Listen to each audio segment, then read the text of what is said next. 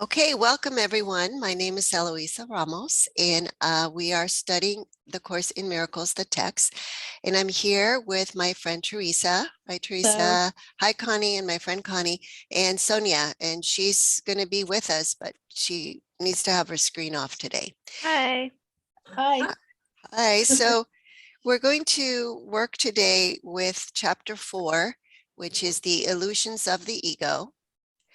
And we are on the first section, which is right teaching and right learning. Okay, so I'm going to start with the first paragraph. A good teacher clarifies his own ideas and strengthens them by teaching them. Teacher and pupil are alike in the learning process.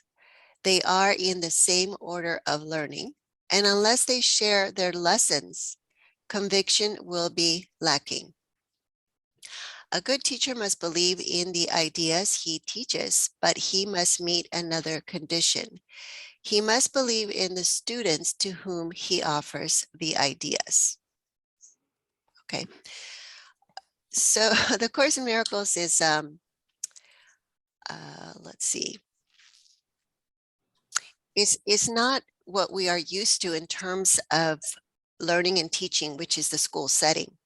And in the school setting, we look at the teacher as knowing everything that we're supposed to learn, and the student as, okay, I don't have anything to contribute except to learn what the teacher is going to teach me. And the Course in Miracles is saying that here there is no inequality between teacher and student or learner, because the teacher is still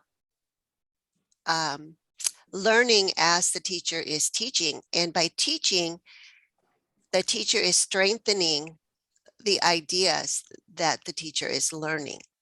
So we're all Course in Miracles students, and we're all Course in Miracles teachers. Because both the teacher and the pupil are alike in the learning process. And so this is a way of looking at the relationship and the position of the teacher and the learner as being equal, rather than seeing a separation there of inequality. And so, and also in line 4, a good teacher must believe in the ideas he teaches, but he must also meet another condition. He must believe in the students to whom he offers the ideas. So in other words, the teacher must know that the student, that the learner can learn those ideas. Because if the teacher does not know that, then the teacher would be teaching as if it was, what's the word, a waste of time for those two students that the teacher thinks, well, maybe they're not going to learn the ideas. So because we're not actually teaching, because the Course in Miracles is not actually teaching ideas that are new. This is what's different about like regular school in the world is, supposedly the student is being introduced to new information, new material. But with the Course, it's not that we're actually learning new ideas, is that we are letting go of ideas that we taught ourselves that are false. And when we do that, we remember knowledge. So we're not actually teaching knowledge. We're actually helping each other to unlearn the blocks to the awareness of knowledge, which everybody has inherently by the nature of being created by the source of all knowledge. And And we can't actually separate ourselves from that, except that what we do is we learn all this other stuff that's not true. And that has the effect of putting, you could say, like blinders on. I think the Buddhists call it the veil. And then it obscures the knowledge that's there. Not because the knowledge is not there, it is still there. It's just that we can't see through all of that stuff that we've kind of layered on top of it. Okay, so any questions for that? No. Okay, all right. So Sonia, do you want to take number 2? Yeah. Many stand guard over their ideas because they want to protect their thought systems as they are, and learning means change. Change is always fearful to the separated because they cannot conceive of it as a move towards healing the separation. They always perceive it as a move toward further separation because the separation was their first experience of change. You believe that if you allow no change to enter into your ego, you will find peace. This profound confusion is possible only if you maintain that the same thought system can stand on 2 foundations. Nothing can reach spirit from the ego, and nothing can reach the ego from spirit.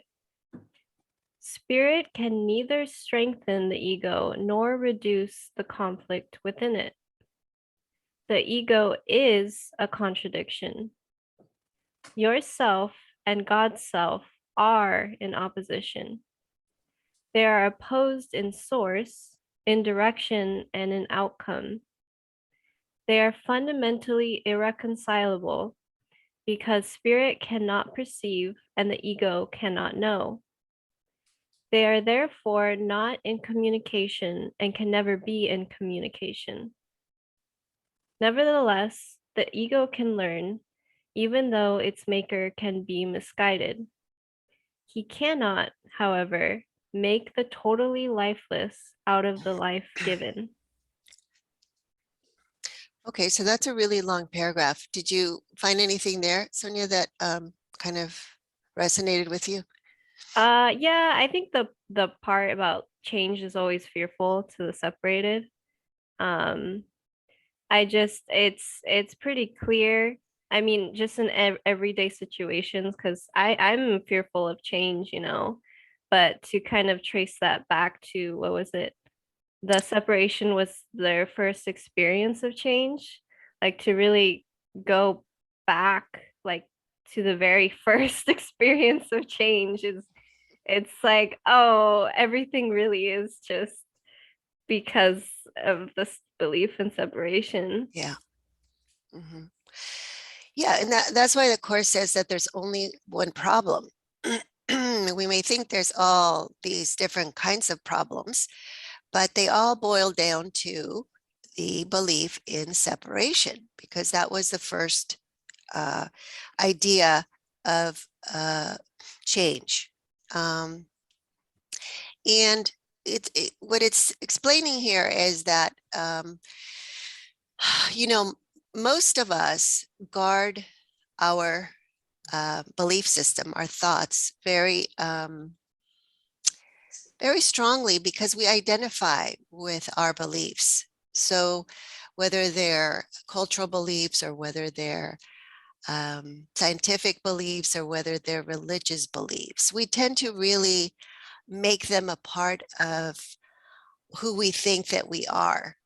And for that reason, you know, to make a change in those in that thought system that we hold is as if we were making a change to ourself. And that fear that comes with believing that what we are as a self can change is why that line 2 says that change is always fearful to the separated, because because in believing that the separation happened, we are also believing that we have changed how we were created by God. And so in order to hold on to the belief in separation, we have to believe that we changed that inherent true self that God created. And therefore, that we are no longer like God. We are no longer perfect. We are no longer whole. We are no longer powerful. We are no longer part of knowledge. We have left that. So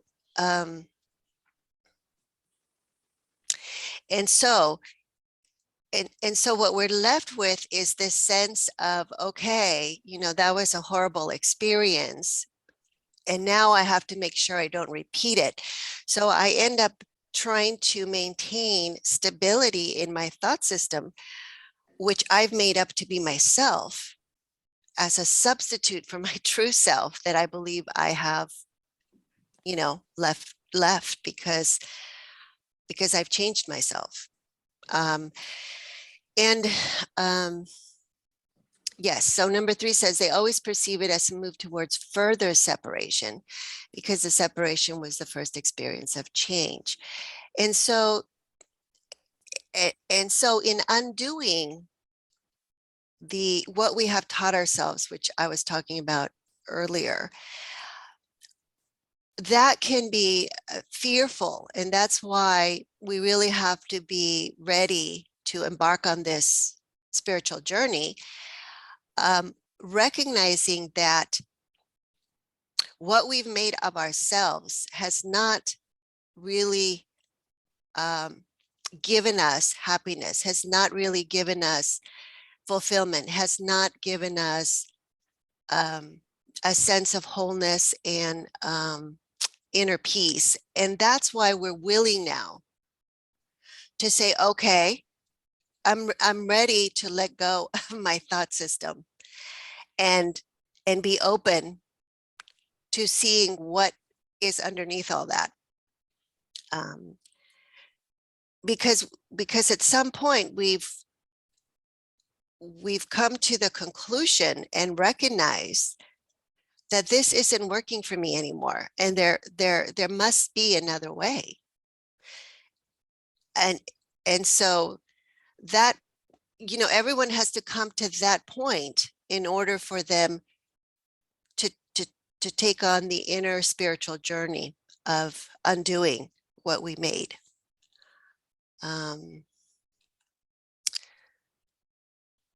So let's see. Yes. And so number 4, you believe that if you allow no change to enter into your ego, you will find peace, because what we're doing now with our made up thought system is we're just trying to ease the conflict that is inherently in there because it's a belief in separation. So there's no way to have unity in an ego thought system that is a belief in separation, because there has to be separation. And so the peace that we try to establish is one of just balancing opposites, doing the best we can to balance opposites, to minimize conflict. And so for that, we need control. So we tend to want to control how we feel. We tend to want to control the environment, the people that are there, because we have some sense that we made it, having separated from our true source.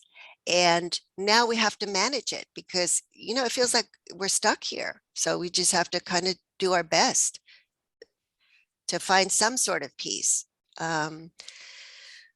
So let's see. So this profound confusion is possible only if you maintain that the same thought system can stand on 2 foundations. Yes, because what happens is that we are making our own ego thought system real, because we want to believe we are the authors of ourself. That's the authority problem. We want to believe that we can create ourselves. And in order to believe that, we have to believe that we have done it, that we have accomplished it. And therefore, we're going to try to hold on to two separate orders of reality as if they were both real, and they're not. Only the thought system of God is real. That's our true creation. Everything else we made up, and it's not eternal. It's impermanent. And so, so let's see. And when we try to hold on to both, we're going to try to hold on to this split mind. And it's a split mind because number 6 says nothing can reach spirit from the ego, and nothing can reach the ego from spirit. So when we identify with our ego thoughts and with ourselves as a separate self, a body or an ego, we're going to have a sense of incompletion because the mind is really just narrowing its focus on half of the thought system, on one piece, on what we're trying to hold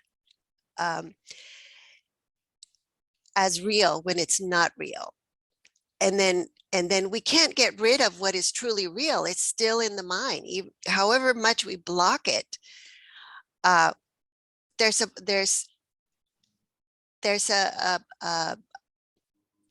that part of our mind knows the truth. And as much as we want to deny it, we can't completely deny it. So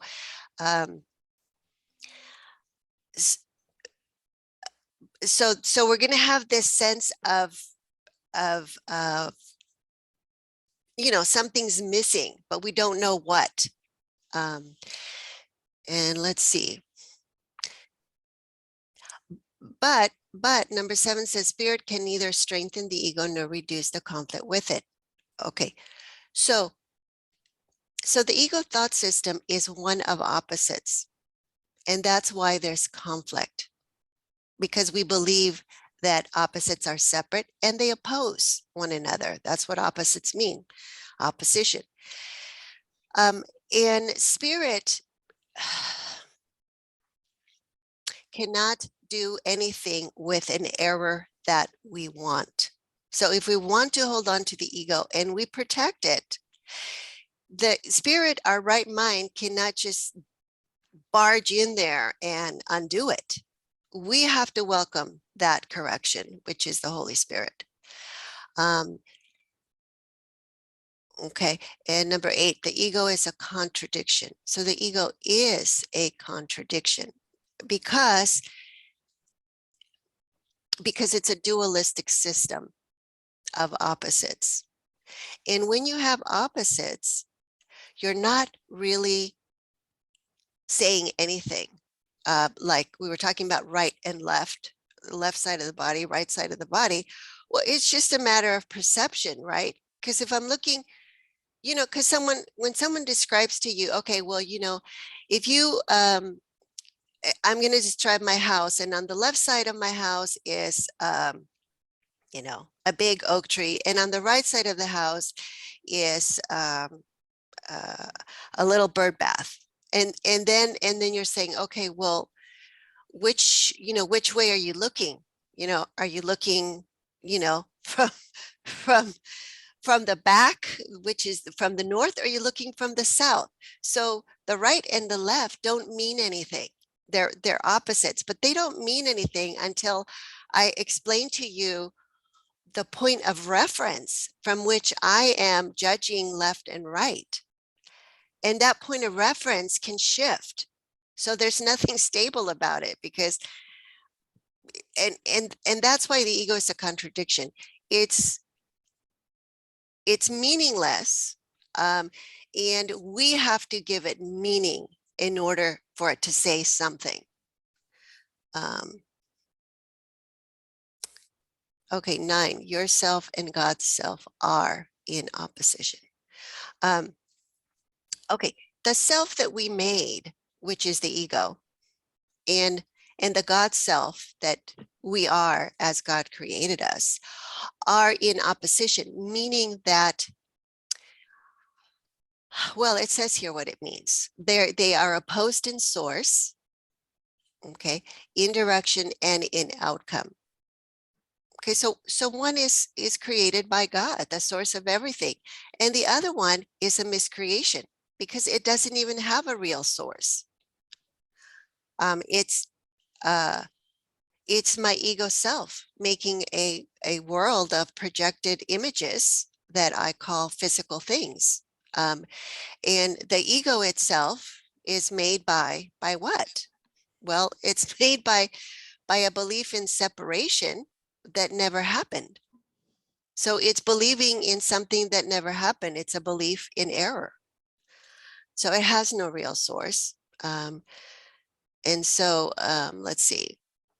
So they're fundamentally irreconcilable, and it's not because they can actually conflict, okay, because they can't conflict because one is real and one is illusion. So, I mean, you know, if I want to battle with Mickey Mouse, I can want to battle with Mickey Mouse, but it's not going to happen, okay? Because Mickey Mouse is a cartoon, so it's not real. So let's see. So the 12, they are therefore not in communication and can never be in communication. And that's why to try to hold both of them and somehow reconcile them is going to put a lot of strain on in our mind because they can't be reconciled.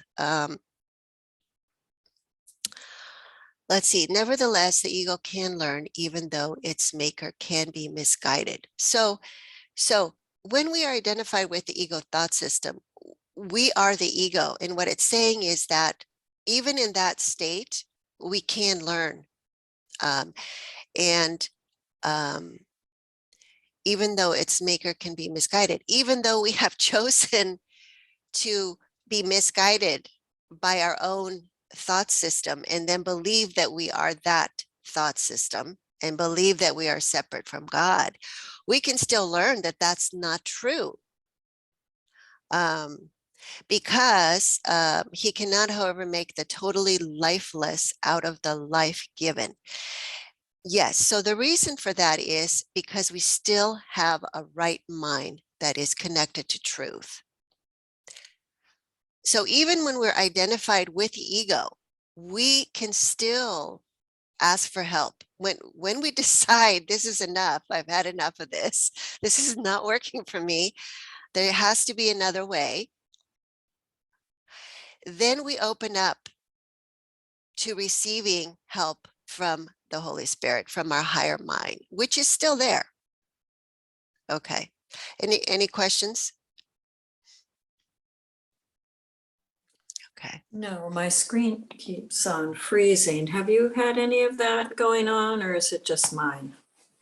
No, freezing on your no. end? Okay, that's Yeah. something going on. Okay, Yeah. no questions. Okay, sounds good. Okay, so number 3, Connie, do you want to Sure. take that? Spirit need not be taught, but the ego must be. Learning is ultimately perceived as frightening because it leads to the relinquishment, not the destruction of the ego, to the light of spirit. This is the change the ego must fear because it does not share my charity. My lesson was like yours, and because I learned it, I can teach it. I will never attack your ego, but I am trying to teach you how its thought system arose. When I remind you of your true creation, your ego cannot but respond with fear. Mm-hmm. Yeah. What do you think is going on there, Connie? Well, it's pretty straightforward. Yeah, that spirit is everything, and the ego really needs to learn, and Jesus will be our teacher because he's already been through it, and yeah. But the piece about, your ego cannot but respond with fear. Mhm, mhm, mhm. Uh, Because I mean, when it comes down to it, what it's saying is that we think we are an ego separate from God. And what we must learn here is that we're not an ego, and that we made the ego and that it's not real. So ultimately we are undoing that very same identity that we started believing that we are.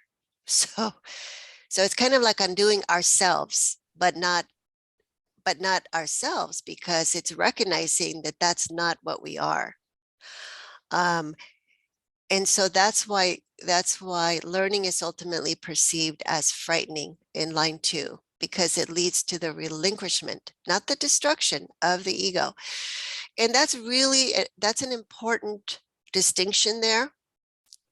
Okay, because a lot of times people will start on the spiritual journey and they'll get only to a certain place, and then they get to this fear right here and they'll stop. They won't go any deeper because it feels like the death of the self ego, which is not the true self. So it's not a destruction. Okay, it's a relinquishment. It's an undoing of our identification with the ego, or our attachment to the ego. And the ego is basically just an idea. So it has no reality of its own without us believing that it is what we are, ourself. There is no ego.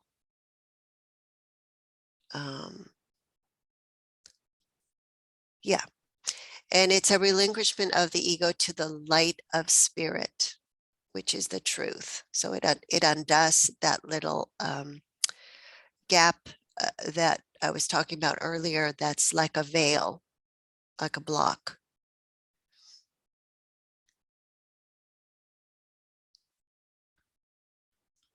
Okay, so let's see, number 4, Teresa. Teaching and learning are your greatest strengths now, because they enable you to change your mind and help others to change theirs. Refusing to change your mind will not prove that the separation has not occurred. The dreamer who doubts the reality of his dream while still dreaming is not really healing his split mind. You dream of a separated ego and believe in a world that rests upon it. This is very real to you. You cannot undo it by not changing your mind about it. If you are willing to renounce the role of guardian of your thought system and open it to me, I will correct it very gently and lead you back to God. Mm-hmm. Yeah. So anything there, Teresa? In a nutshell, it seems to me that Jesus is going to guide us back to God. Mm-hmm. Mm-hmm. Mm-hmm. And what do we have to do, though, to allow that? Change our mind. Yes. And we do that by let's see, where was that about not protecting? Being willing. Yes. See, if you are willing to renounce the role of guardian. Yes. Yes. Yes. Yes. Guardian Yes. of our thought system. That's right. And what that means in practical terms, what would that mean in practical terms? To renounce the role of guardian. I'm not in charge. I'm giving it up to the Holy Spirit to guide me. Mm-hmm. Yeah. And it also means that I am willing to be wrong about everything. Okay. Because if I'm not willing to be wrong about everything that I have taught myself, I'm not going to be open to the correction by the Holy Spirit. So it's really a state of humbleness, and the ego will interpret humbleness as humiliation. Okay. And will not very likely want that, will resist that. In fact, it will maybe even say that it's worse than death. I would rather die than humiliate myself and accept that I have been wrong about everything. Mhm.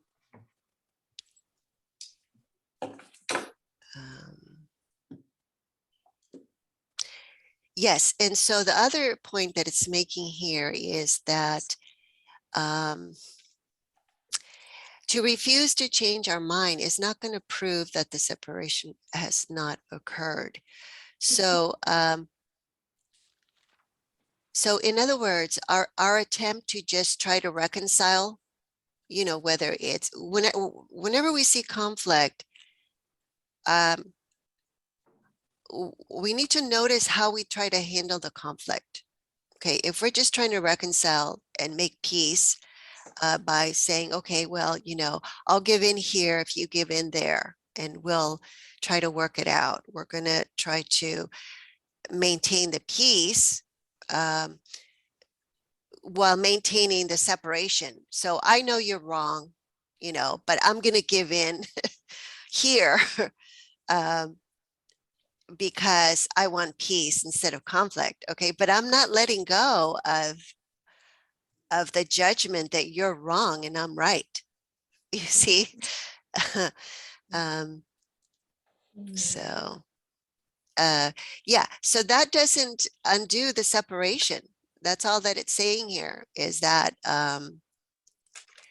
we need to change our mind if we really want to undo the separation. We can't do it by ourselves. Period. You mean without the help of the Holy Spirit? Is that Right. what Yeah. you mean? Mhm.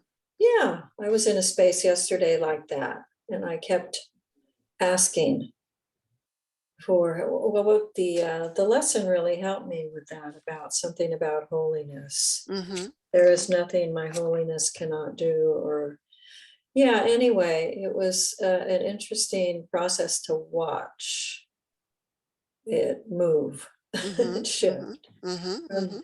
feeling, I was really kind of in a state, I was feeling depressed about just what's going on in the world. And I haven't really had that feeling since this whole pandemic thing. But anyway, I got there yesterday and then I didn't like it.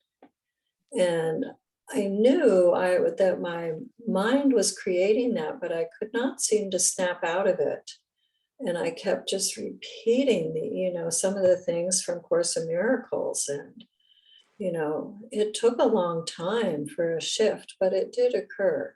Oh, okay, that's great. That's Yeah, great. knowing that I had, that it was all happening in my mind. Yes, so that's the first step. That's always the first step, is to recognize, no, it's not happening out there. I perceive it as out there in the world. Right. Okay, but it's in my mind. Yeah. Okay, and it's a miscreation. Mm. All right. Okay, so it's not a true creation, and that's why it can be undone. Yeah. So we can never change true creation. That's part of what we started with in the first paragraph. Okay. Yeah. So, and because it can be undone, you will recognize that there's nothing separate from you. There's no out in the world. Mm. Okay. Mhm, And mhm. and the lesson about the holiness pretty much establishes that there's just one mind and it's all holy. Yeah, Mm-hmm. yeah. Okay. Okay. Number 6. Egos can clash in any situation. Are we But on 5? did I skip 5? Yes, I did. Okay. Every good teacher hopes to give his students so much of his own learning that they will one day no longer need him. This is the one true goal of the teacher. It is impossible to convince the ego of this because it goes against all of its own laws.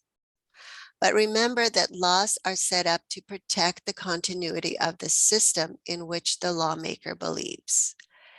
It is natural for the ego to try to protect itself once you have made it, but it is not natural for you to want to obey its laws unless you believe them. The ego cannot make this choice because of the nature of its origin. You can because of the nature of yours. Okay, so here's the, it's very clearly what a good teacher, that a good teacher just hopes to give students so much that they will one day no longer need him. So, and this is very different than the ego, because the ego can only have reality for us as long as we want to believe in it.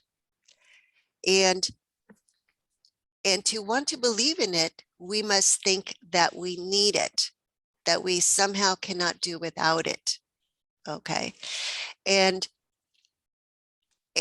therefore it's going to not want us to learn so much that we no longer need it. So it's going to be a block to learning. So the ego is, you could almost say that it's not really a teacher, okay? Or it's a teacher, but it's not a good teacher. Because number two, this is the one true goal of the teacher. The ego does not have that goal to okay, you can let go of me, leave me behind. You've learned everything that I can possibly teach you. That's not the ego. The ego is like, don't you dare let go of me. You cannot live without me. I made you. You are what was it? You are self-made, so, and of course, number three, it's impossible to convince the ego of this. And so it goes against all of its own laws. So all of the laws of the ego thought system are there to protect it and to block our learning so that we don't let it go. And that's what it says in number 4, that the laws are there to basically perpetuate the system in which the lawmaker believes.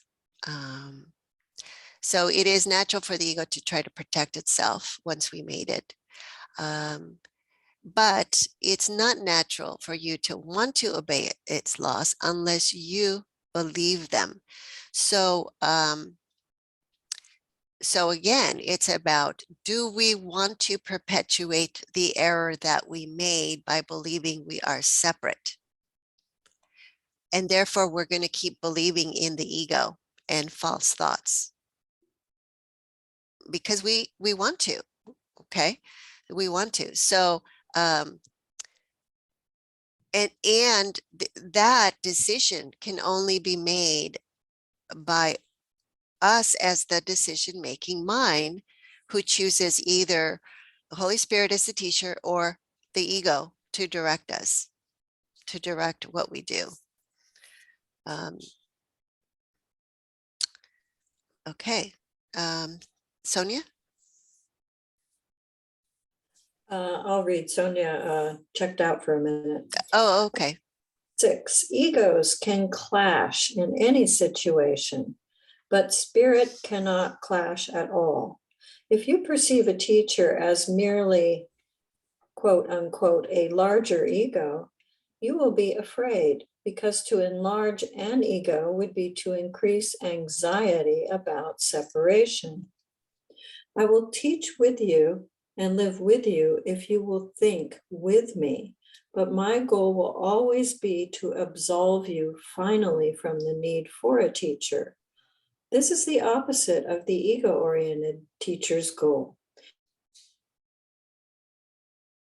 He is concerned with the effect of his ego on other egos. and therefore interprets their interaction as a means of ego preservation. I would not be able to devote myself to teaching if I believed this, and you will not be a devoted teacher as long as you believe it. I am constantly being perceived as a teacher either to be exalted or rejected, but I do not accept either perception for myself. Mhm, Good. mhm. Yeah. Yeah, so it gives a really good description of how the ego thought system operates and how the Holy Spirit guidance operates. Um, and so um,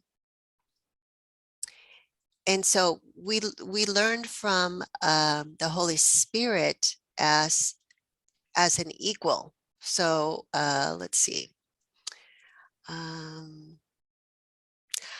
3, I will teach with you and live with you if you will think with me. Okay. So it's a sharing. But ultimately, okay, the goal is to be joined with, or to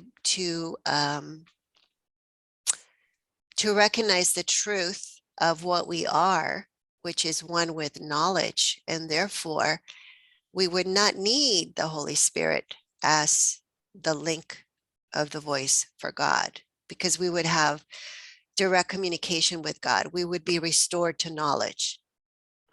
That's the ultimate, purpose of the Holy Spirit. And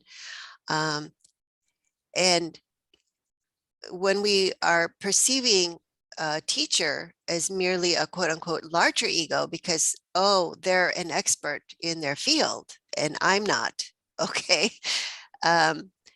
then there's going to be a separation there, and that's going to increase anxiety. And a lot of times people, let's see, have that experience maybe with medical doctors. Yeah, Connie's nodding her head. Or, with another kind of expert that you're referred to. Yeah.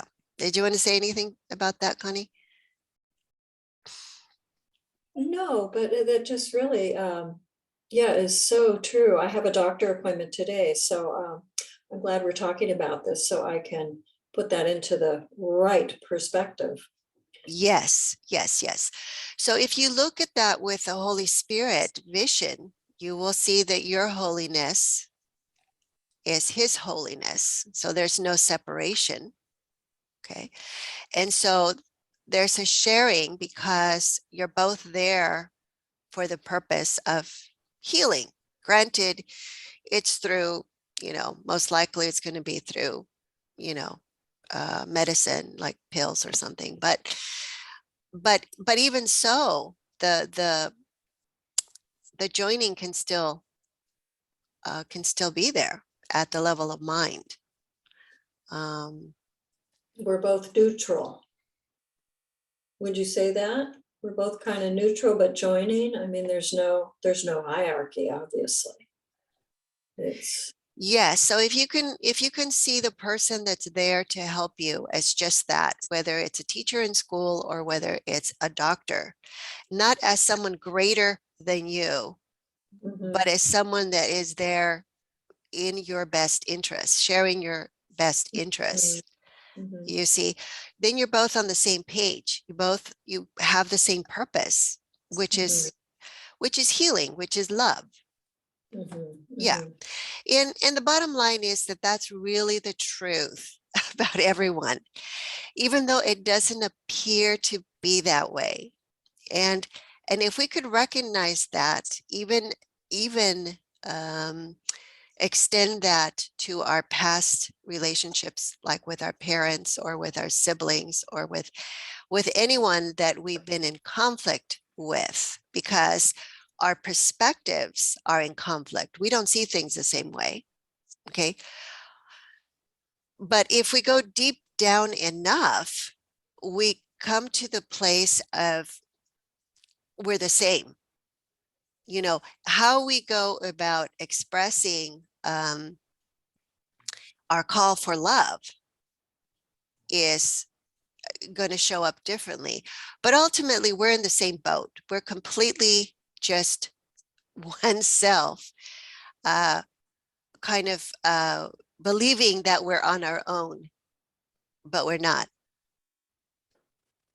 Yeah. And the more we can recognize the sameness, we will be able to be more compassionate with one another. Does that make sense? Yeah, Yeah. very much so. Because in the past, yes, I have been afraid or intimidated by medical people and not feeling they have my best interest at heart. It's I don't know where that came from, or just, I guess, just fear. But yes, to have a whole different perspective is really quite refreshing. Yeah, and if you really look at that fear, Connie, it boils down to the fear of love. Oh, interesting. Yeah. Yeah. Wow. Yeah. Huh. Yeah. Thank you. You're welcome. She makes things so simple. Like making this big old deal in my head. Why was I so afraid about it? Yeah. Well, it goes back to protecting our thought system, and it means that we have to accept that, oh, I was really wrong about that person. They really do have my best interests in mind. And all this time, I've been judging them, and then I have to take that back. And so I have to, but if I do that, if I can take back all of those judgments and see that I was wrong, I'm going to be way more patient and way more compassionate with other people when they do that to me. When they make judgments, when they say things that are harsh, and I'm not going to take it seriously because I know that I've made those same mistakes. Yes, I rushed in and I judged someone, as not having my best interest, and they did. So maybe this time I'm just going to let you, judge and do whatever, and I'm just not going to take it personally. Yeah. Mm-hmm. And remember how wrong I have been. Yeah. Yes. And as a correction, not as a bad thing, but as a good thing. Right. Yeah. Yeah. That's a correction. Yeah. Yeah. Very Okay. good. Yeah. Okay. Number 7, Teresa. Your worth is not established by teaching or learning. Your worth is established by God. As long as you dispute this, everything you do will be fearful, particularly any situation that lends itself to the belief in superiority and inferiority. Teachers must be patient and repeat their lessons until they are learned. I am willing to do this because I have no right to set your learning limits for you. Again, nothing you do or think or wish or make is necessary to establish your worth. This point is not debatable except in delusions. Your ego is never at stake because God did not create it. Your spirit is never at stake because He did. Any confusion on this point is delusional, and no form of devotion is possible as long as this delusion lasts. Okay, that's a really, really beautiful paragraph. Yes, and it sums up the whole problem of self-esteem. Yeah. So do you want to say anything here, Teresa? We are a person of value and worth just because we are. Yes. Nothing we do or think or wish or make is necessary to establish our worth. Yes. No one is superior or inferior. Yes. Yep. Yes. And so there's going to be many, many situations where we think that our worth is on the line. Our report card at school, our career trajectory. Let's see. Just anything, accomplishment, achievement oriented. So so the error that we make is that we try to establish our self-worth through what we do in the world, through what we can accomplish as successes in the eyes of the world. And, you know, number two, your worth is established by God, period. Okay, no exceptions. There's no conditions that we have to meet for that. We don't have to earn it. We can't lose it by being quote unquote disobedient, you know, bad, sinful. So it cannot be changed. So let's see. 7, this point is not debatable except in delusions. The minute that we debate that, the minute that we judge ourselves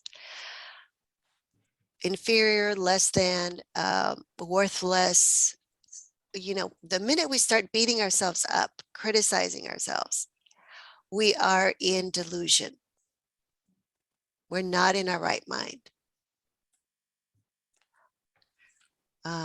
The minute we start defending our ego, number 8, your ego is never at stake. Okay.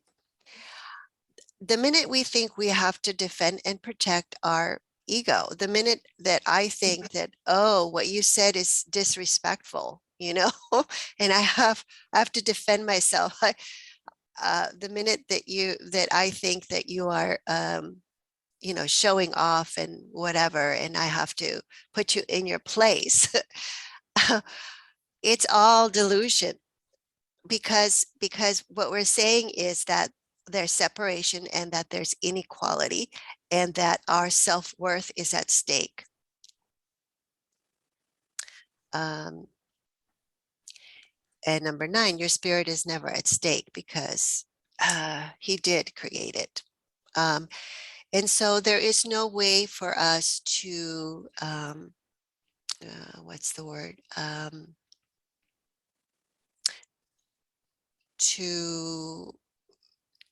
To make our spirit impure, or to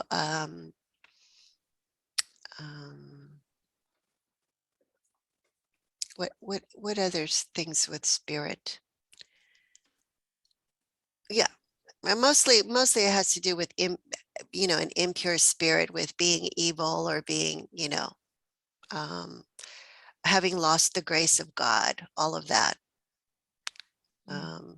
Yeah, so so none of that is possible, because spirit cannot be changed.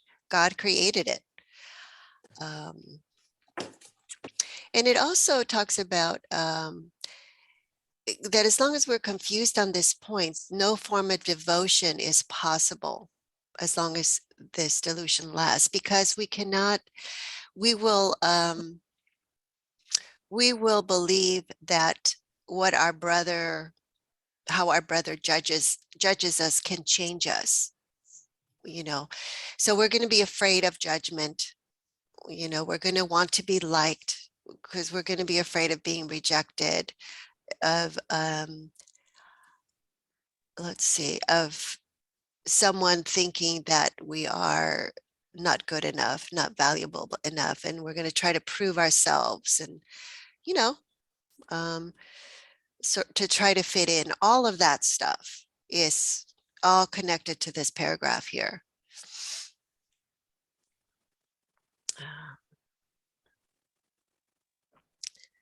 Okay, let's see. Sonia, are you there? No? Okay. All right, I'll take number 8. Oh no, I'm back. Oh, you're back? Okay. My mic just wasn't Your mic wasn't on. working, yeah. Oh, okay. Do you want to read number 8? Sure. The ego tries to exploit all situations into forms of praise for itself in order to overcome its doubts. It will remain doubtful as long as you believe in its existence. You who made it cannot trust it because in your right mind, you realize it is not real. The only sane solution is not to try to change reality, which is indeed a fearful attempt, but to accept it as it is. You are a part of reality, which stands unchanged beyond the reach of your ego, but within easy reach of spirit. When you are afraid, be still and know that God is real, and you are his beloved Son, in whom he is well pleased. Do not let your ego dispute this, because the ego cannot know what is as far beyond its reach as you are. Mhm, mhm, mhm. Wow.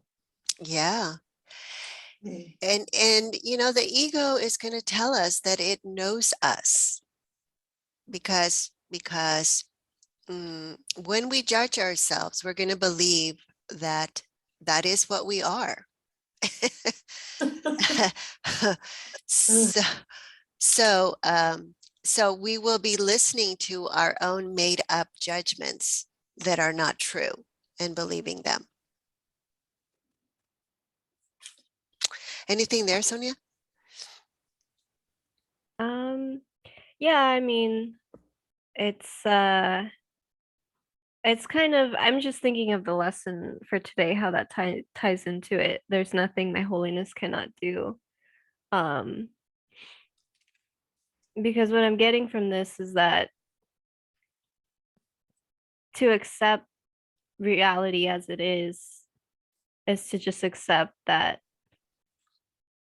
all is really good and all is love.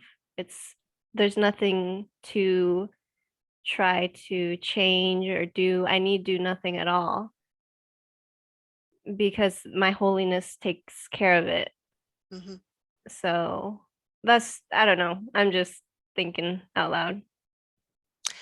Yes. So when we can recognize that we are holy, there is no question about our self-worth. Okay. And that's why guilt, to hold on to guilt, is to deny the holiness. And the guilt can only come from believing in separation. And that's going to bring up fear. So the ego thought system is one of fear because there's no certainty. It's one of guilt because it believes it has separated itself from God. And therefore it's going to deny its holiness, and it's going to believe that it is less than perfect. And because it's going to believe that it's less than perfect, it's going to try to compensate for those feelings of unworthiness. In line 1 here, the ego tries to exploit all situations into forms of praise for itself in order to overcome its doubts. Mm. Yeah. So so it will try to make itself look good, you know. Oh, hey, you know, I don't know, I went to the gym and I broke my previous record on, you know, how many sit-ups I did or something like that. So, you know, I did a really great job, so I feel good about myself, you know. So it will try to use praise in in a way to compensate for that sense of incompletion, of unworthiness, of imperfection, and it will also make an ideal of what perfection is. Okay, because the ego having separated from perfection has lost the connection to it, okay, quote unquote. Of course, it's a fantasy, but it will then try to make up its own ideal of what perfection is. And then it will make false idols out of that. And then it will say, well, that's my goal. I'm going to strive to have this, perfect body like so-and-so, or I'm going to strive to bring in so much income, like so-and-so. So that will be the ideal of perfection. But,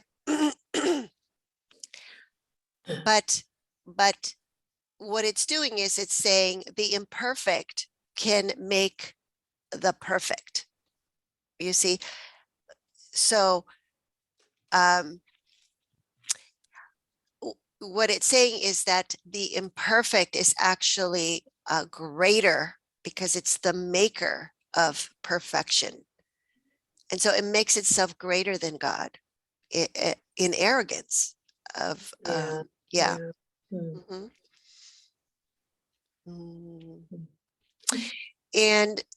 And we do it quite a bit when we focus on what is wrong with the situation. Okay, so if I can point out what is wrong in the situation, I can say, well, it could be made better. See, this is the ideal. So that's not good enough. So now I'm projecting the sense of I'm not good enough, and I'm projecting it onto the situation. Oh, this road needs to be fixed. It's got all these potholes. The city's not doing its job. Okay. And I'm in a position to judge, because I know what perfection is. I'm not perfect, but I know what it is, and this is not perfection. So let's see. And so let's see, the only sane solution is not to try to change reality, which is what Sonia was doing. It's okay. We're going to accept the way that things show up because we're going to recognize that to judge it is to believe I know everything. And to believe I know everything means that I am now believing I am separate from Holy Spirit and guide, because I can do it on my own. I don't need the Holy Spirit. I know everything. So I'm identified with the ego, wrong mind. Okay. Anything else there?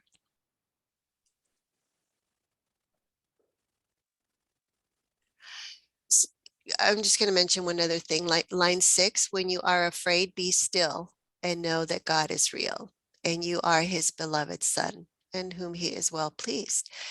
And that brings us back to the anchor that we, that is really our only need in this world, because it grounds us to the truth of what we are. And therefore, everything else that the world says about us is not going to have an effect on us. Okay, because we know that we are loved and that God is well pleased. And who else do we have to please if not God?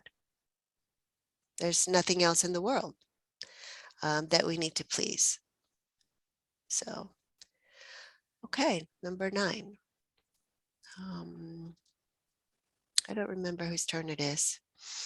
Maybe mine. Okay. God is not the author of fear. You are. You have chosen to create unlike him and have therefore made fear for yourself. You are not at peace because you are not fulfilling your function. God gave you a very lofty function that you are not meeting. Your ego has chosen to be afraid instead of meeting it. When you awaken, you will not be able to understand this because it is literally incredible. Do not believe the incredible now. Any attempt to increase its believableness is merely to postpone the inevitable. The word, quote unquote, inevitable is fearful to the ego, but joyous to the spirit. God is inevitable, and you cannot avoid him any more than he can avoid you. Mhm. Okay. What is that saying to you, Connie? I was just thinking this whole chapter is so incredible how all of this came to Helen and I mean, it's just so profound to me. All of this is like, wow. Mhm, mhm. Yeah. But anyway, the fear piece, yeah, definitely not something God has chosen. I love this line here. Your ego has chosen to be afraid instead of meeting it. Now, what does that mean to you, actually? Instead of meeting it? Well, he's talking about the line right before, 5. Yeah. God gave you a very lofty function that you Right, are you're not not meeting. meeting the function, yes. And when you awaken, you will not be able to understand this because it's literally incredible. Yes. Yeah, So go yeah, ahead. connected to the lesson for today. Well, What is our function? the lesson for today, there's nothing my holiness cannot do, Mhm, is the lesson and the function of, joining and mhm, mhm, joining in love. mhm, mhm. Yeah. Yes, yes. And so you are accepting the atonement. Your holy mind has accepted the atonement, which is Mm, joining, mhm, which is recognizing that there is no separation. mhm, Okay. And so therefore you are joined in love. Your ego has chosen to be afraid instead of meeting this. So instead of choosing love, we choose separation, which is we choose the grievance. Once we choose the grievance, we're in fear. We've chosen fear. Yeah. So the purpose is forgiveness. Our function is forgiveness, the acceptance of the atonement. And so to choose that is to recognize that our mind is holy as the decision maker for love, because it's the only real and true decision that we can make. To choose the ego or to choose to be afraid is we will not understand it because it's not real. We have chosen to be unreal, or to perceive ourselves as something that is unreal. Yeah.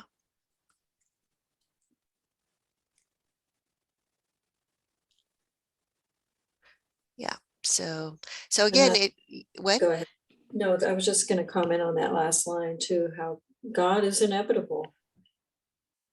Yes. So the fear of God is the fear of love. And it's the fear that we have because we have not chosen love. You see what I'm saying? So by not choosing love, we believe that we are rejecting God, that we have attacked God, which is a fearful thought, because now we're going to be afraid of God. So it's a circle of fear. Mm. Yeah. Yeah.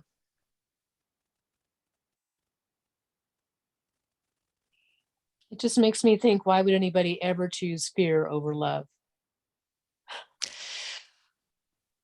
Well, because it's easy to confuse, because so many times we confuse love with conditional love, with earthly love.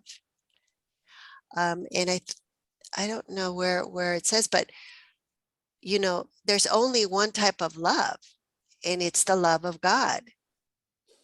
And it's completely unconditional.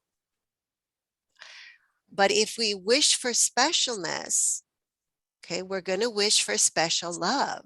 And special love comes paired with fear because it comes paired with separation. We cannot have special love without separation. And once we have separation, we have fear. And then what happens is that growing up, we confuse causality with association. So we say, oh, well, yes, mother loves me.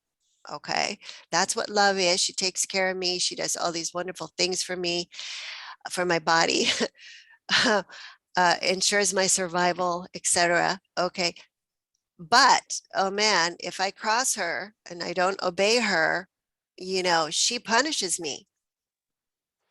She, however it is that she punishes me, and therefore I'm going to be afraid of that. So I have both of them together. Yes, my mother, my father love me, but I'm afraid of them. Yeah. And that's God, as far as I know. I'm this small child that can't take care of itself. So who else is my provider, my everything? Yeah.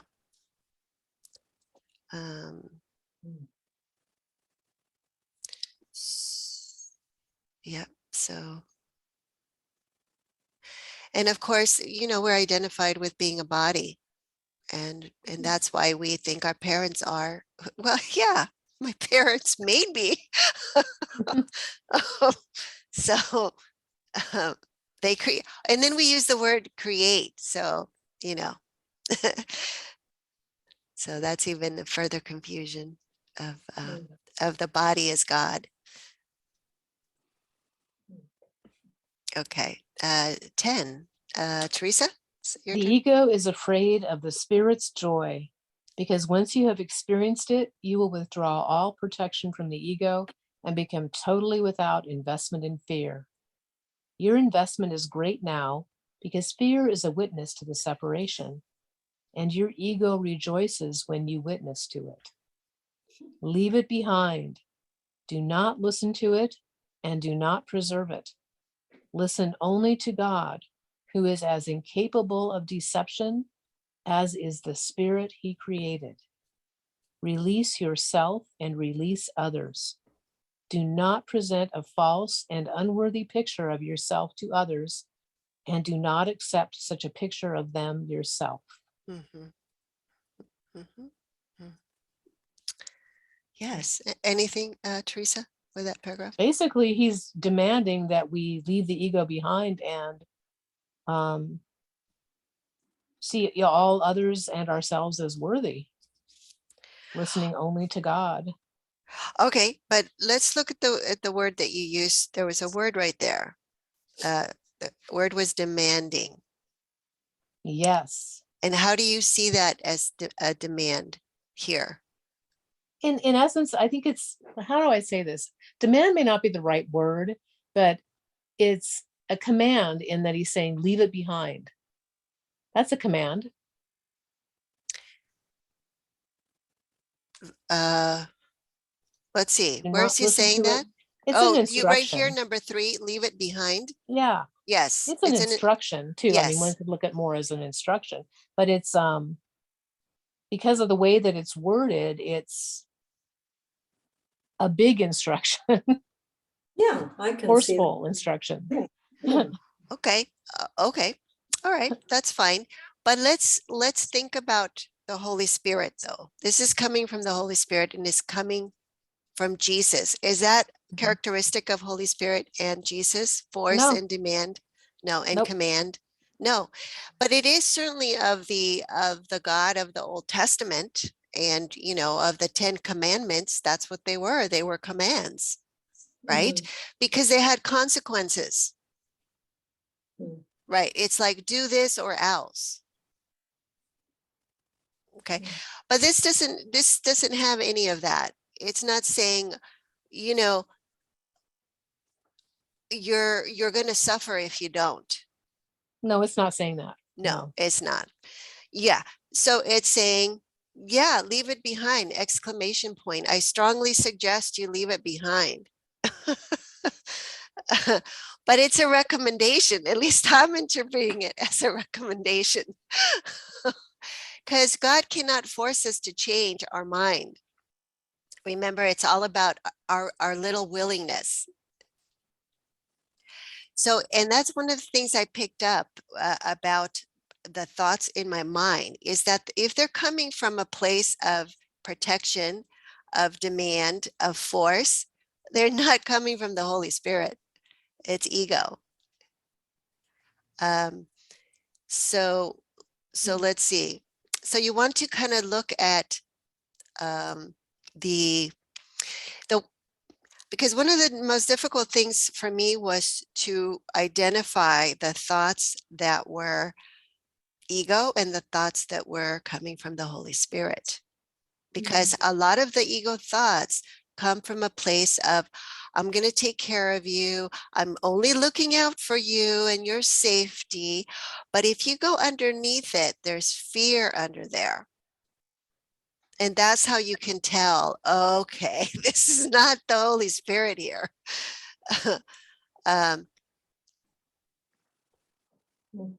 Yeah. Yes. That first line is something. The ego is afraid of the Spirit's joy. How sad is that? How sad is that? Well, the ego is going to provide quote unquote enjoyment for you as pleasure. Okay. But you know, it doesn't last. No. So it can't really compete with the Spirit's joy, because joy is a state of mind.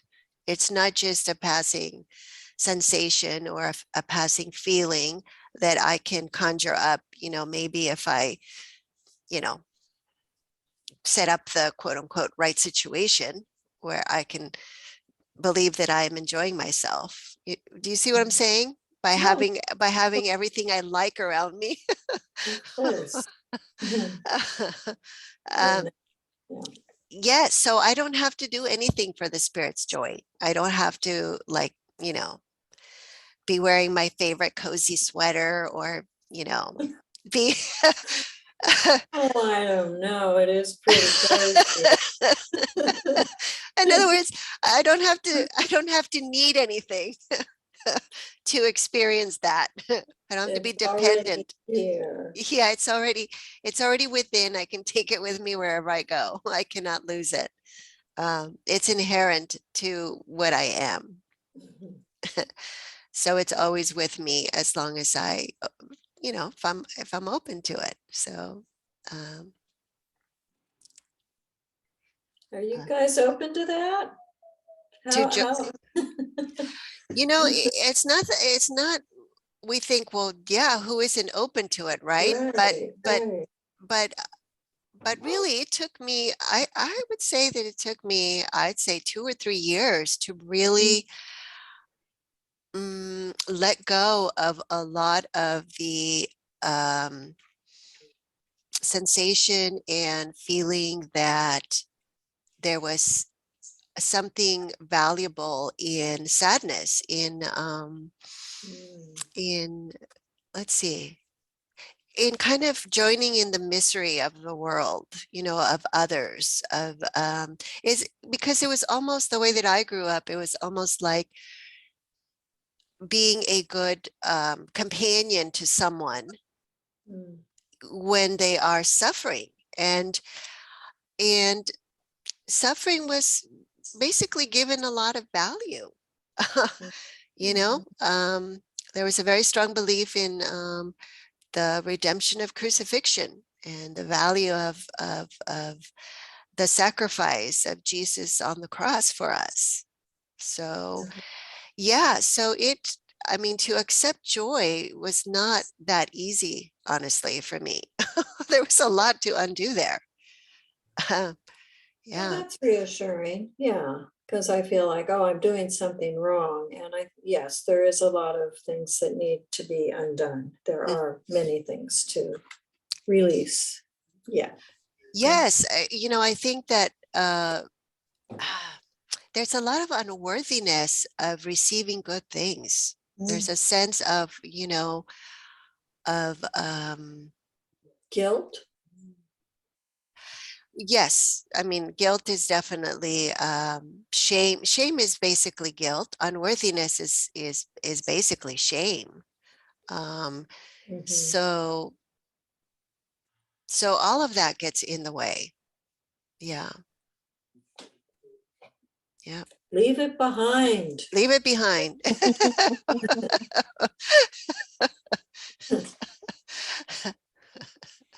But do as you wish. If you want to be miserable, it's okay. Oh,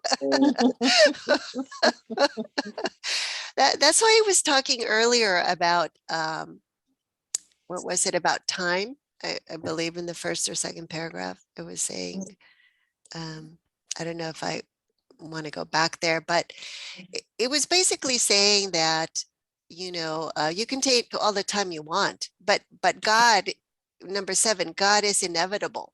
Okay. Oh, yeah. So I was over here, line 11, paragraph 9. God is inevitable and you cannot avoid him any more than he can avoid you. So in the long run, it's not, it's just a matter of time. And that's up to us to decide. yeah. Okay. So 11. Do you want to, who's next? Maybe I am.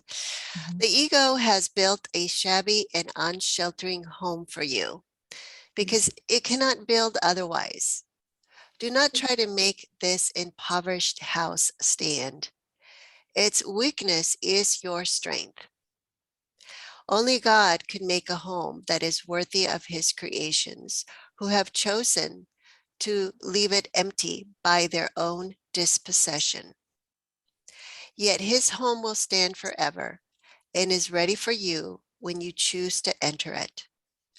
Of this you can be wholly certain. God is as incapable of creating the perishable as the ego is of making the eternal. Okay. So it's really just between the, the eternal or the perishable. And, if we still want to hold on to a world that is perishable, that's okay. That's part of time. But it's definitely a shabby and unsheltering home. And then it says, do not try to make this impoverished house stand. So what do? We spend most of our life trying to make this impoverished house stand a little more comfy, a little, let's see, what's the word? Maybe a little bigger, a little more spacious, we try to improve, our situation, but it's not eternal, and it's not, it's not wholly certain, and let's see, and it's definitely not worthy. It's a temporary sense of,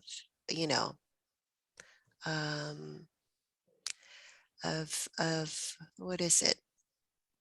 It's a temporary sense of achievement as, self-created, and then it's over. And then you got to start over again. So, okay, number 12.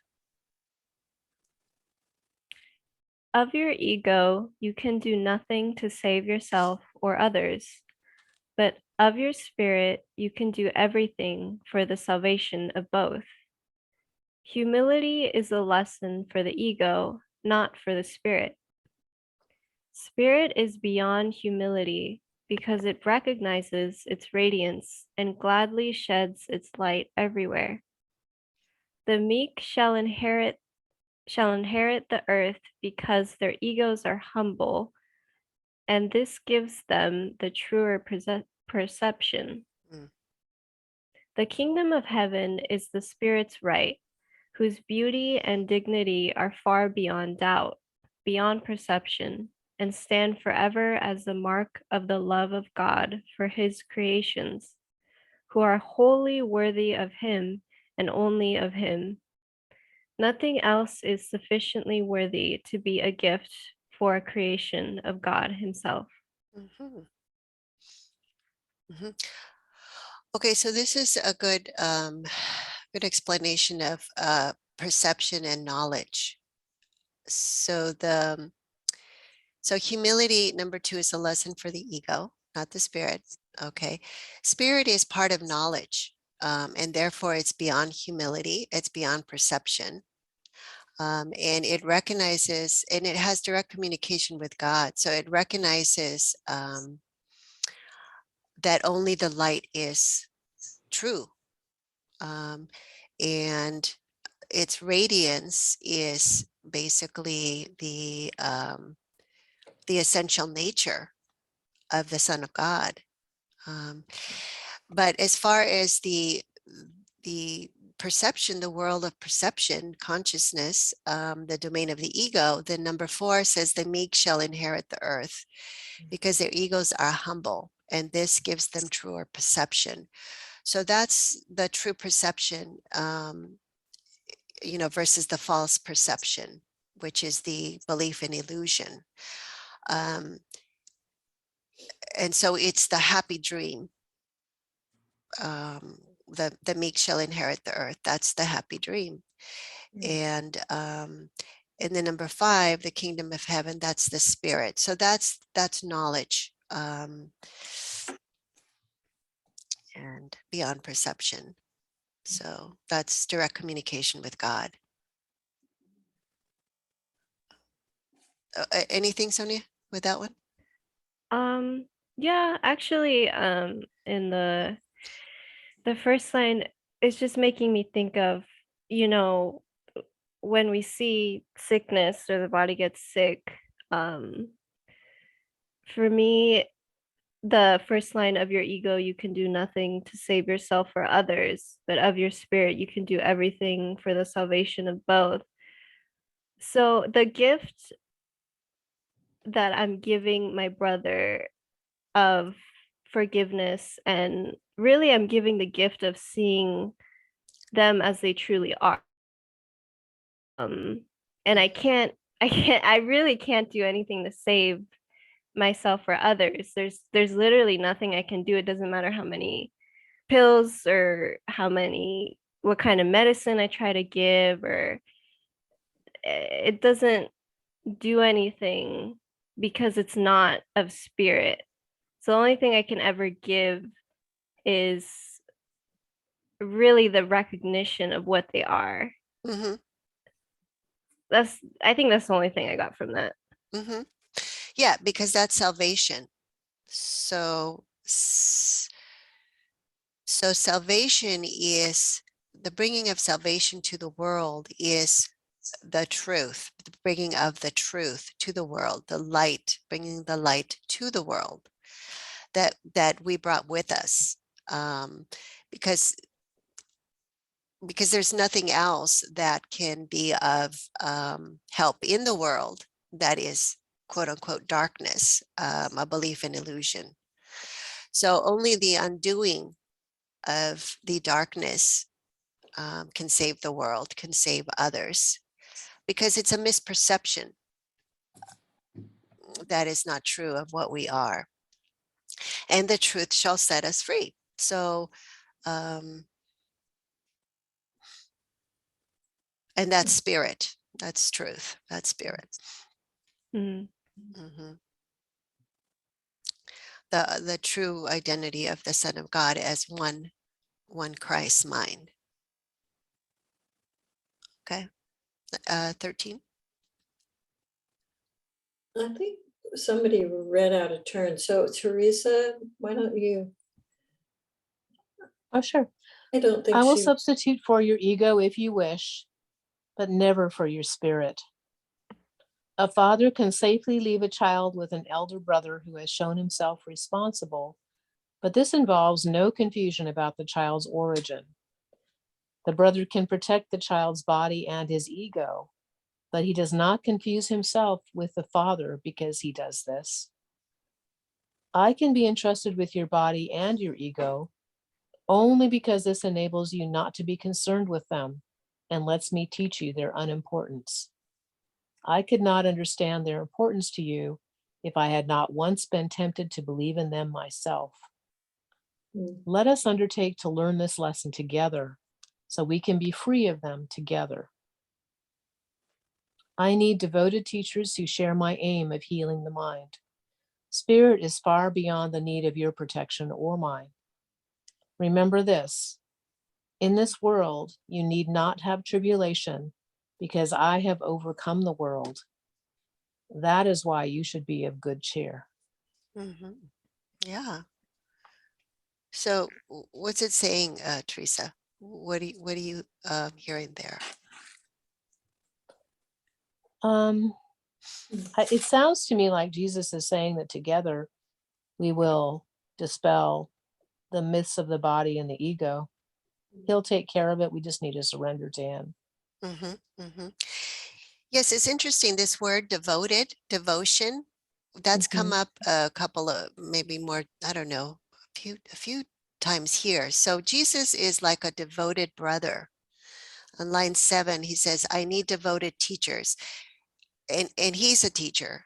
So he's a devoted teacher who share my aim of healing the mind. And so the healing of the mind is the up here, the, let's see, number 4, I can be entrusted with your body and your ego only because this enables you not to be concerned with them and lets me teach you their unimportance. And so what he's saying is that the healing of the mind is the recognition that even though we still seem to have a body and an ego, they have no power over us at all, no influence, no impact. We're not under their direction. We're not, we're not following the body's impulses or needs, or none of that, or the ego's drive, for greed, for ambition. None of that has power over us. And therefore, we don't take them seriously. And to be able to teach that is to be able to free the mind to create like God rather than miscreate, and therefore share love, extend love, and that's the miracle. That's the healing of the mind, which is the change in perception.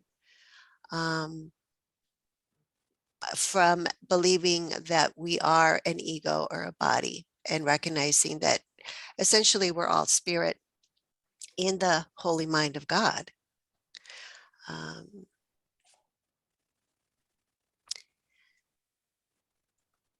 And so we are free from the survival instinct, because we are, number 3, the brother can protect the child's body and his ego, but he does not confuse himself with the father because he does this. So we don't have to be concerned with the daily needs of the body or the ego, which is a lot of freedom, because that's mostly what we spend all day doing. What am I going to eat today? How am I going to dress? How am I going to take care of the body? My doctor's appointments, all of that. I gotta get my hair cut. I have to go, do my nails, all of that. I have to go shopping.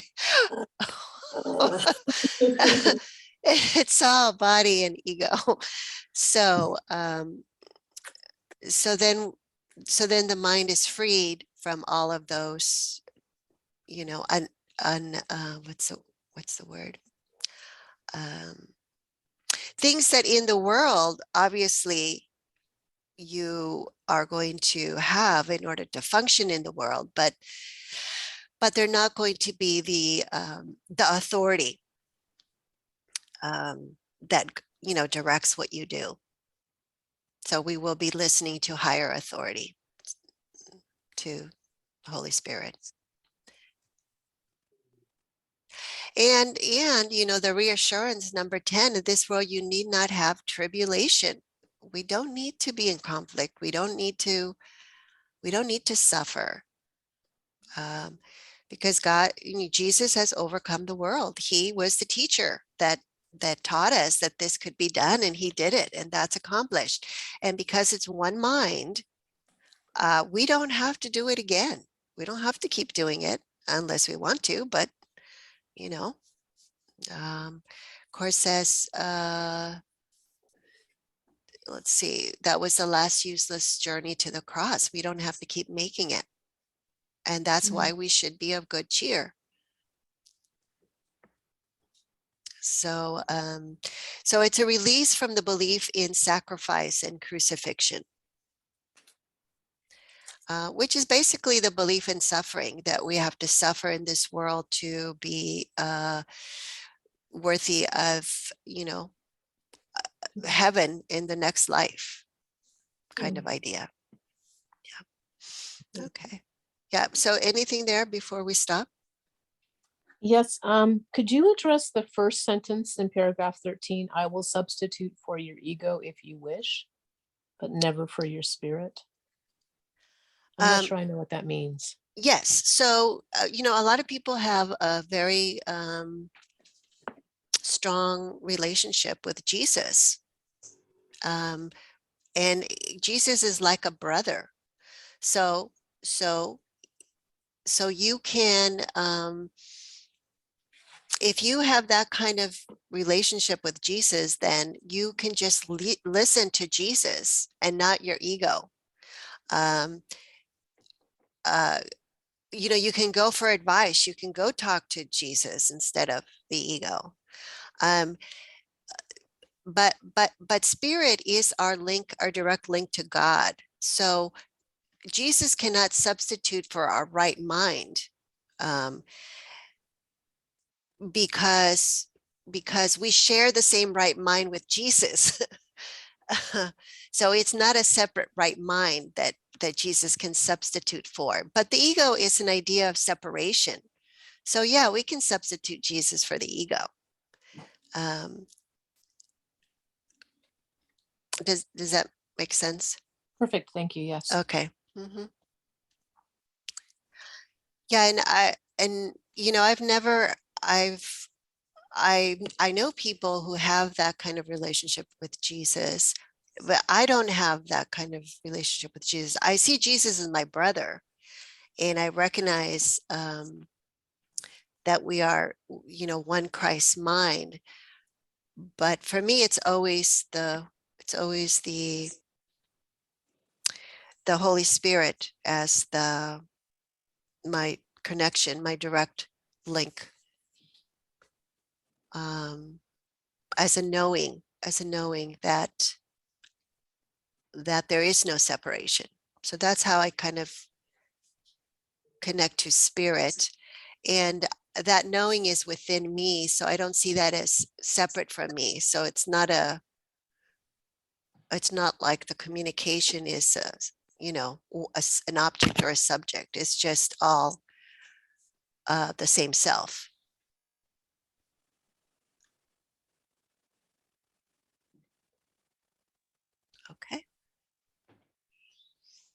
Okay, so that was the first section in chapter 4, right teaching and right learning. So thank you for being with us. Thank you, everyone. And we will see you next time.